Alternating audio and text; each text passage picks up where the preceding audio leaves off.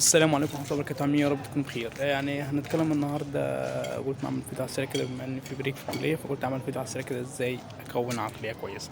عشان اكون عقلية كويسة لازم يكون تعرف 3 حاجات او حاجتين، يعني هما في الحياة تكون حاجتين، تلات فرعية.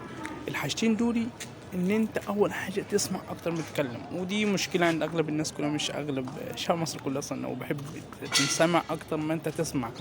دي المشكلة، اللي انت اصلا مش تبقى عندك فارغ اصلا، مش عارف ان مش عندك محتوى، وانك كنت تتكلم وتقول انا عايز اتكلم. طب تتكلم في ايه؟ انت مش عارف. دي اول حاجة. ثانيا لازم تتكلم او انت تسمع ناس كتير، تسمع في مجالات مختلفة، اقتصاد، سياسة.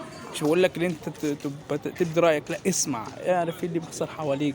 ده هيكون عندك حصيلة من معلومات ومن كونتين كبير جدا. برضو نقطة اللي انت تقرأ، القراءة بتوسع مداركك، بتعرفك حاجات كتيرة.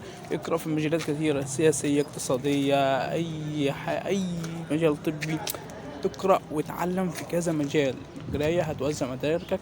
ولما تسمع وتكون عندك معلومات وخلفية علمية كبيرة، أو في أي مجال عندك معلومات في أي مجال معين، ده هيفتح عندك الباب اللي انت تكون عقلية كويسة.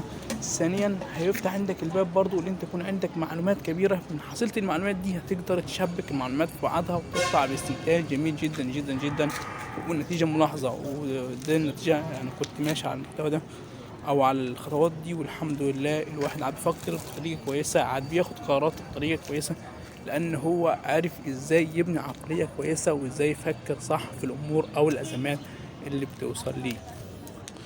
بكده يكون وصلنا لنهاية الفيديو النهارده. شرفنا بحضراتكم. انا عملنا فيديو قناة عالمية، بس مش تنسى بقى تعمل لايك وشير وتشير الفيديو لاكبر عدد من الناس عشان يستمتعوا ويستفادوا بالفيديو.